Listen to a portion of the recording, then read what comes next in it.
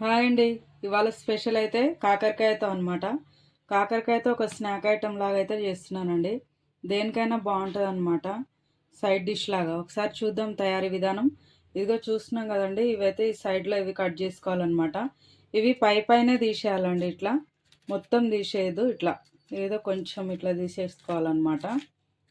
ఇట్లా తీద్దాము, చూస్తున్నారు కదా, కొద్దిగా మొత్తం తీయొద్దండి, ఇట్లా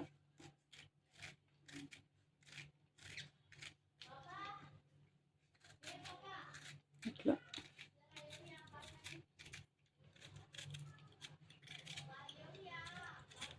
అయితే కొంచెం ఇది నీట్గా కొద్దిగా పైన ఇట్లా తీసేసిన కదండి.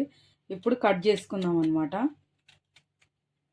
ఇట్లా మరి ఇదంతా కట్ చేయొద్దండి.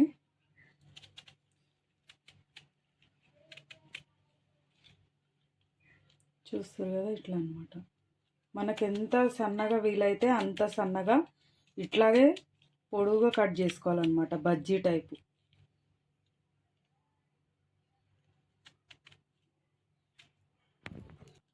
లేతే అయితే పర్వాలేదండి, ఇట్లా గింజలు ఉన్నాయైతే మనం గింజలు తీసేసేయాలన్నమాట. ఇదిగో ఇట్లా కట్ చేసినాం కదా, ఈజీగా వచ్చేస్తుంది. ఇదిగో ఒక గిన్నె పెట్టుకున్నా అండి, దీంట్లో తగినంత ఉప్పు వేసుకున్నాం. కొద్దిగా ఉప్పు వేసి కొద్దిగా నిమ్మరసం పిండి వాటర్ వేసుకోవాలన్నమాట. వాటర్ వేసి మనం ఈ కాకరకాయలు కట్ చేసి పెట్టుకున్నాం కదండి ఆల్రెడీ. ఇదిగో ఇట్లా సన్నగా గింజలు ఉంటే గింజలు తీసేసేయాలన్నమాట. కొంచెం ఇట్లా అంటే అయ్యే ఊడిపోతాయండి. చూస్తున్నారు కదా, ఈ కాడైతే మనం కట్ చేసుకోకూడదు, ఇది ఇట్లాగే ఉంచుకోవాలి. ఇది ఒక అరగంట సేపు నానబెట్టుకోవాలన్నమాట. ఇవి ఆల్రెడీ కట్ చేసి నీట్గా కడుక్కొని కట్ చేసి పెట్టుకున్నాను అనమాట. ఒకసారి అయితే ఈ నిమ్మకాయ నీళ్ళు కొద్దిగా ఉప్పు వేసినాం కదా, ఇది ఒక అరగంట ఇట్లా నానబెట్టి పెట్టుకుందాం ఈ వాటర్లో అయితే. ఇంక ఇది పక్కకు పెట్టేద్దామండి కాసేపు. చూసిరు కదండి, నిమ్మకాయ ఉప్పు వేసుకొని కాసేపు నేనైతే వాటర్లో వేసి పెట్టుకున్నా కదా, ఇవి మంచిగా నానిపోయినాయి అనమాట ఈ నీళ్ళల్లో అయితే. ఇప్పుడు మనం ఇది ఎట్లా చేసుకోవాలి, ఈ కాకరకాయ చూపిస్తాను తయారీ విధానం అయితే. కాకరకాయ బజ్జీలు. ఇదిగోండి, కాకరకాయలు పక్కకు పెట్టుకున్నాం కదా. ఇప్పుడు ఒక గిన్నె తీసుకొని కొద్దిగా అల్లం పేస్టు,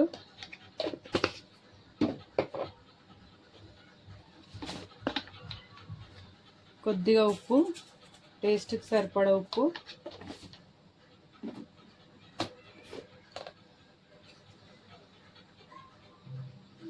కొద్దిగా కారము,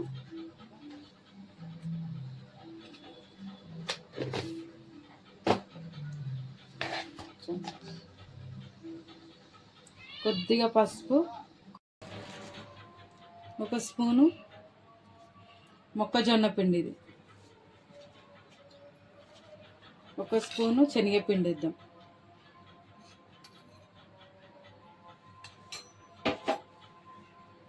ఒక నిమ్మకాయ పిండుదాం, నిమ్మ చెక్క కొద్దిగా, కొద్దిగా పెరుగు, కొద్దిగా మసాలా,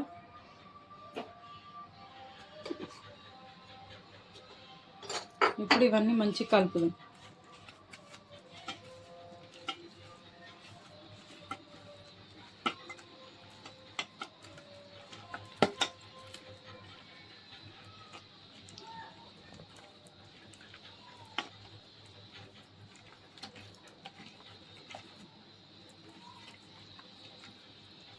కలిపినాం కదండి, ఇందులో ఈ కాకరకాయ ఆల్రెడీ కట్ చేసి పెట్టుకున్నా కదా, అది వేద్దాం.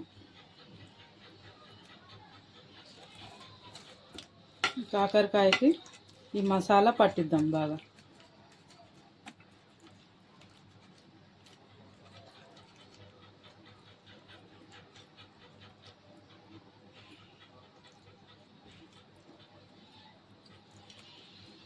ఇవన్నీ ఊడిపోకుండా చూసుకోవాలండి కొంచెం.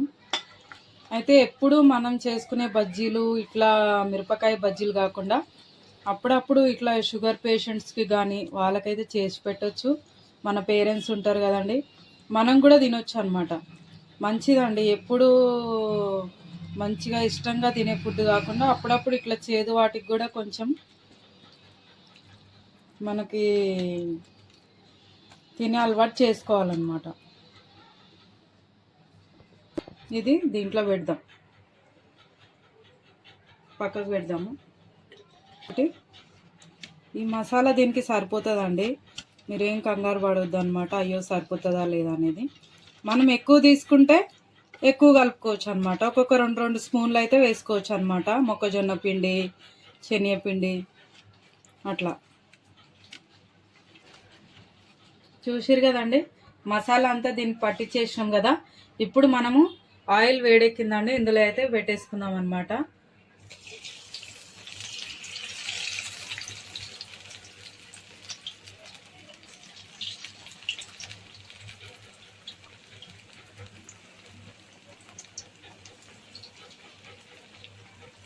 మంచిగా వేడెక్కనిద్దామండి, కాలనిద్దాము.